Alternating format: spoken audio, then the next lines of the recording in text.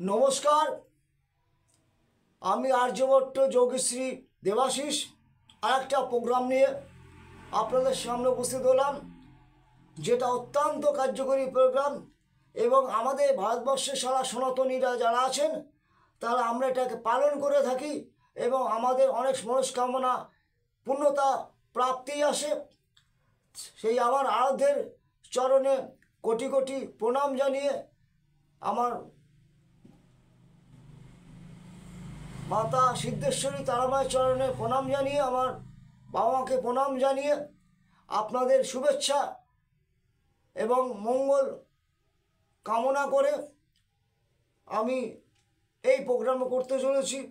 সেটা হচ্ছে শিবরাত্রি 4 প্রহরে পূজার যে সঠিক যে নিয়মটা এবং সঠিক সময়।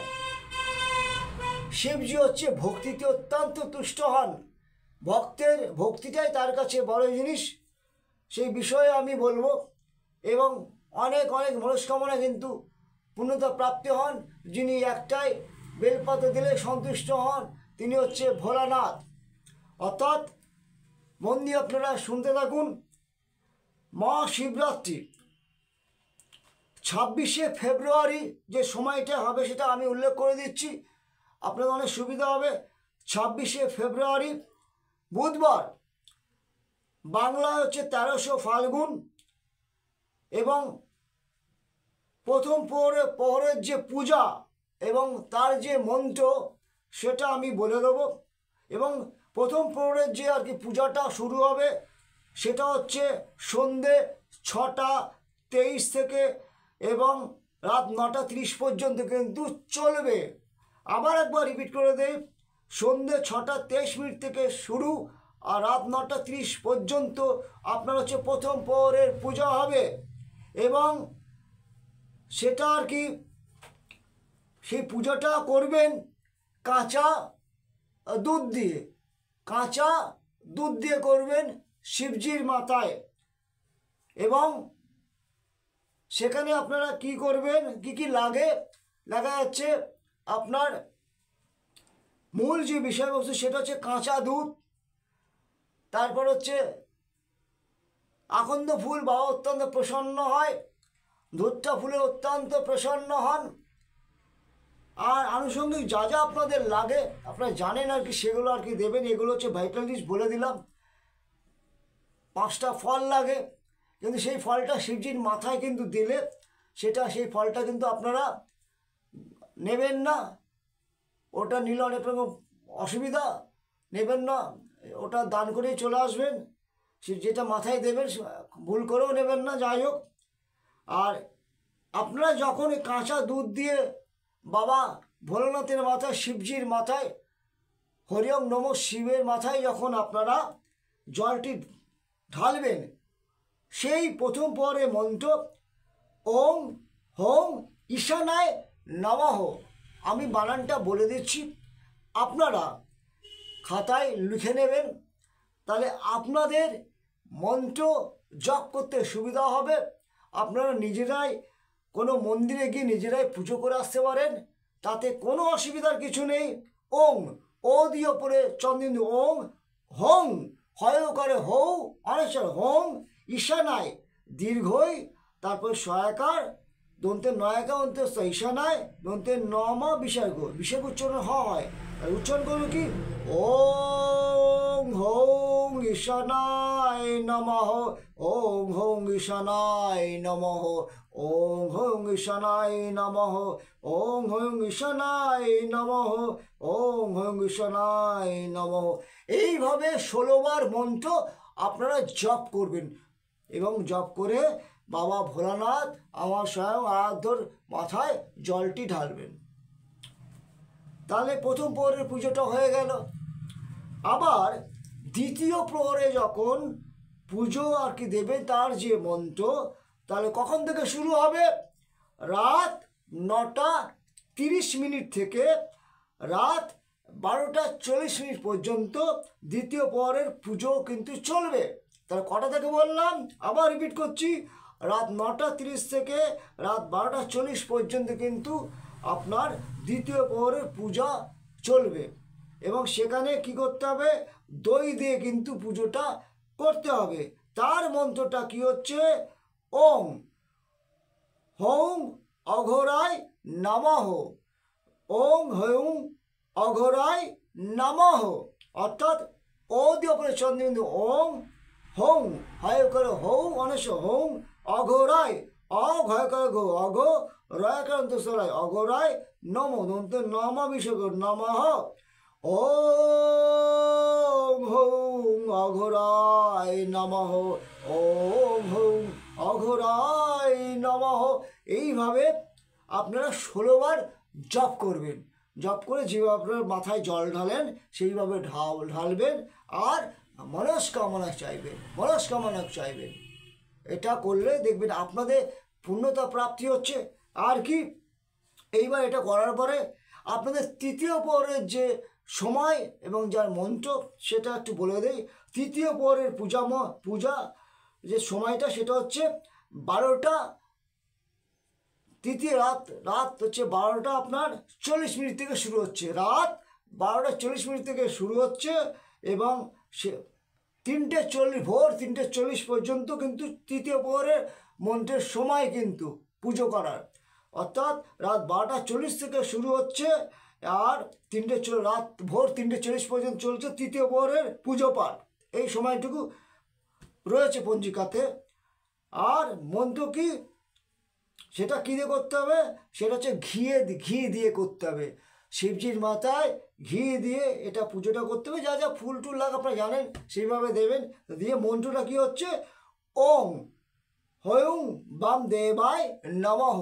অর্থাৎ ওং ও দিয়ে উপরে চন্দ্রবন্ধু, ওং হৌং হয়কার হৌ অনস হৌং বাম বয়াকার মা বাম দেবায় দয়াকার দে বয়াকার অন্তঃস্থ দেবায় নম দন্তের নম বিসর্গ উচ্চারণ হচ্ছে হয়।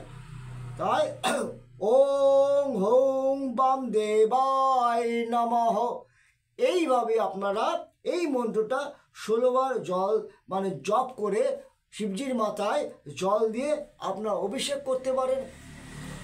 এইভাবে করবেন।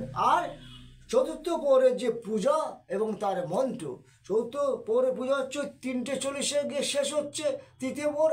তারপর থেকে ভোর রাত 3:40 থেকে স্টার্ট, মানে 3:40 থেকে শুরু হচ্ছে আবার আপনার চতুর্থ প্রহরের পুজো এবং সেটা হচ্ছে সকাল 6:56 পর্যন্ত এই চতুর্থ প্রহরের পুজো কিন্তু করা যাবে। এতে পরিষ্কার করে বলছি যে চতুর্থ প্রহরের পূজার মন্ত্র এবং সময়সূচি যেটা সেটা হচ্ছে ভোর 3:40 থেকে শুরু আর 6:56 পর্যন্ত এটা থাকবে। এবং এটা কি করতে হবে, মধু দিয়ে শিবজির মাথায় মধু দিয়ে আর মধু মাখিয়ে পুজোটা করতে হবে। কি, ওং হৌং সদ্য জাত নমঃ, ওং হৌং সদ্য জাত নমঃ। তাহলে ওং ও দিয়ে উপরে চন্দ্রবিন্দু, ওং হৌং হয় করে হৌ অনেশ হৌং সদ্য দ্বন্দ্বের স দয়জবলোকার সদ্য জাত বলকে জয়াকার জাত নম দন্তের নম বিশ্বক নম। এর উচ্চারণটা হবে ওং হৌং সদ্য জাত নমঃ। এই মন্ত্রটা 16 বার জপ করবেন এবং মধু দিয়ে অভিষেক করার কথা তো বলেই দিয়েছি। এইভাবে করতে থাকুন। আর যাদের দেখা যাচ্ছে শাস্ত্রে একটা নিয়ম আছে, দেখুন ভক্তিটা হচ্ছে বড় জিনিস।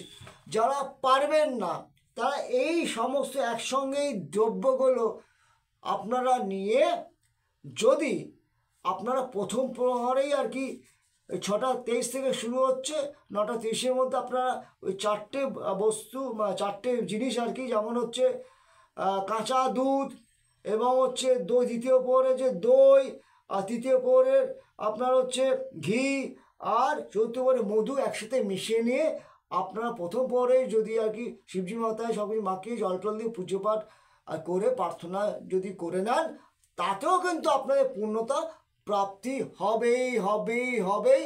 শাস্ত্রে কিন্তু কোনো রকম বিধিনিষেধ নেই।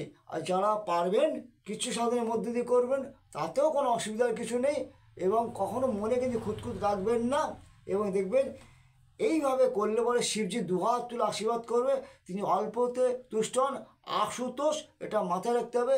এবং মনস্কামনা চাইবেন এবং দেখবেন আপনার চাওয়া প্রার্থনা প্রভু কিন্তু স্বীকার করে নেবেন, আপনাদের সকলেই বিপদাত্ম রক্ষা করবে। সুতরাং প্রভুর প্রতি চরণে বিশ্বাস রাখুন। আর একটা কথা বলবো, সেটা হচ্ছে মাথায় রাখবেন, সেটা দেখুন, আমরা এটা হচ্ছে ভারতবর্ষ হচ্ছে একটা ধর্মীয় তীর্থস্থান, টোটাল ভারতবর্ষের ধর্মীয় তীর্থস্থান। সেখানে সনাতন ধর্ম এবং হিন্দু ধর্ম পৃথিবীর মধ্যে শ্রেষ্ঠ ধর্ম, যে ধর্ম আগামী দিনে পৃথিবীর বুকে 1 নম্বরে এই ধর্ম ছিল, আবার 1 নম্বরেই আবার পৌঁছে যাবে এবং বিশ্বপ্রেমে বিশ্বকে ভাসিয়ে তুলবে। এই সনাতন ধর্ম শান্তির ধর্ম, কিন্তু অধর্মকে বিনাশ করবে এই সনাতন ধর্ম, অধর্মকে বিনাশ করবে সনাতন ধর্ম। সনাতন ধর্ম কখনো দুর্বল নয়। তাই আপনারা নিশ্চয়ই জানেন, কুরুক্ষেত্রের মহাযুদ্ধে স্বয়ং আমার পরম মিত্র স্বয়ং শ্রীকৃষ্ণ অর্জুনের রথে সারথি হয়ে ধর্মকে কী করে সংস্থাপনা করেছিল। তো ঐক্যবদ্ধ হন, সমস্ত সনাতনীরা ঐক্যবদ্ধ হন এবং সেকুলারগিরি ত্যাগ করুন, নিজের ধর্মের প্রতি শ্রদ্ধা ভরসা বিশ্বাস রাখুন, মানবতার দিকে ঝুঁকুন, মানুষকে ভালোবাসুন, মানুষের সুখে দুঃখে মানুষের পাশে থাকুন এবং ঐক্যবদ্ধ হন এবং নিজের ধর্ম প্রতি বিশ্বাস ভক্তি রাখুন। আর এই শিবরাত্রিতে এই উপচারগুলো দিয়ে করুন, আপনাদের অবশ্যই মনস্কামনা ভালো পূর্ণ হবে এবং অনেক ভালো থাকবেন, মঙ্গল হবে। সকলের কুশল বার্তা জানিয়ে আমি লাস্টে যে কথাটা বারংবার একটা কথা বলি, লাইক করবেন, শেয়ার করবেন, কমেন্ট করবেন, কমেন্টে ওখানে লিখবেন ওং নমঃ শিবায়, ওং নমঃ শিবায়, ওং নমঃ শিবায়, এটা করবেন। আর বেশি করে সাবস্ক্রাইব করে দেবেন এবং প্রচারটা যাতে মানুষের কাছে পৌঁছে যায়, সেটা আপনাদের একটা দায়িত্ব, সেটা করবেন। আর এগুলো করতে গেলে কাউকে কোনো অর্থ প্রদান করতে হয় না। সুতরাং হচ্ছে আপনারা লাইক কমেন্ট শেয়ার এবং সাবস্ক্রাইব করে দেবেন এবং এটা করলে পরে আমরা একটু এনার্জি বেশি মাত্রা পাই, আমাদের প্রোগ্রাম করতে আমাদের ভালো লাগে। আপনারা আমাদের সঙ্গে থাকুন এবং সহযোগিতা করুন। আজকে এই পর্যন্তই, এখানেই শেষ করলাম। ও